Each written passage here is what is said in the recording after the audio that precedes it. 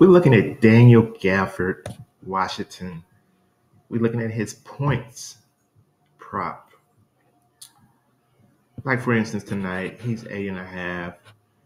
At some places 9.5. The Parlay sites got him at 9, so that's telling me that they think he's going to go over 8.5. So let's look at Gafford a little closer.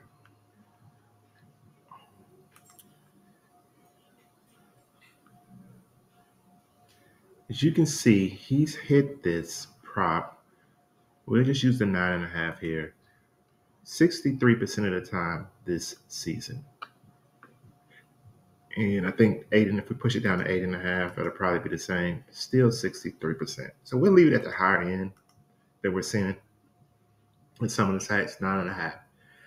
His points prop, he's hit that 63% of the time this season. And I'm going to tell you why I think we should look at him whenever he's right around 8.5, 9.5, which he'll probably be around most of the season. Let's look at his away.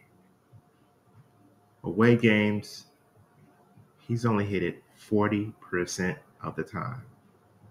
So definitely when Daniel Gafford is on the road, I probably wouldn't, depending on the matchup, not really deal with his points prop.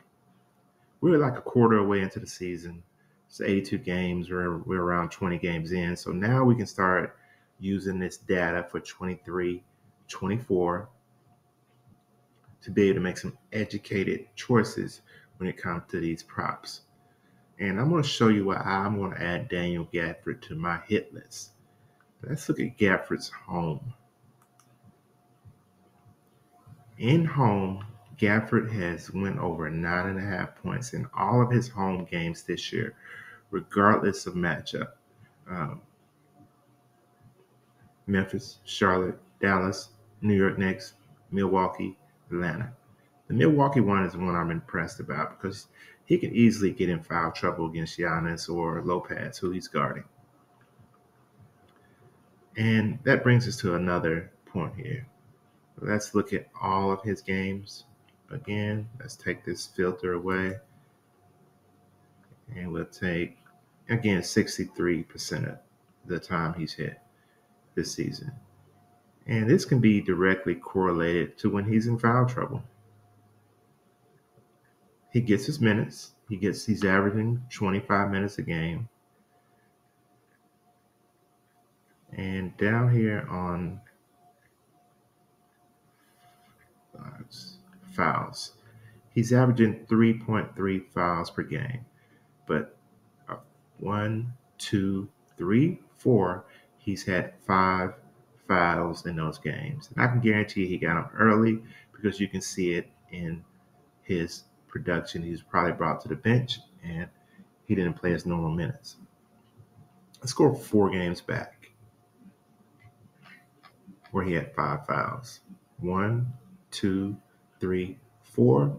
He had 5 fouls against Milwaukee and only had 8 points. Go to the beginning of the season. 3 to 4 first games, he had 5 fouls. Game 1 only had 6 points. Game 3, he had 4 points.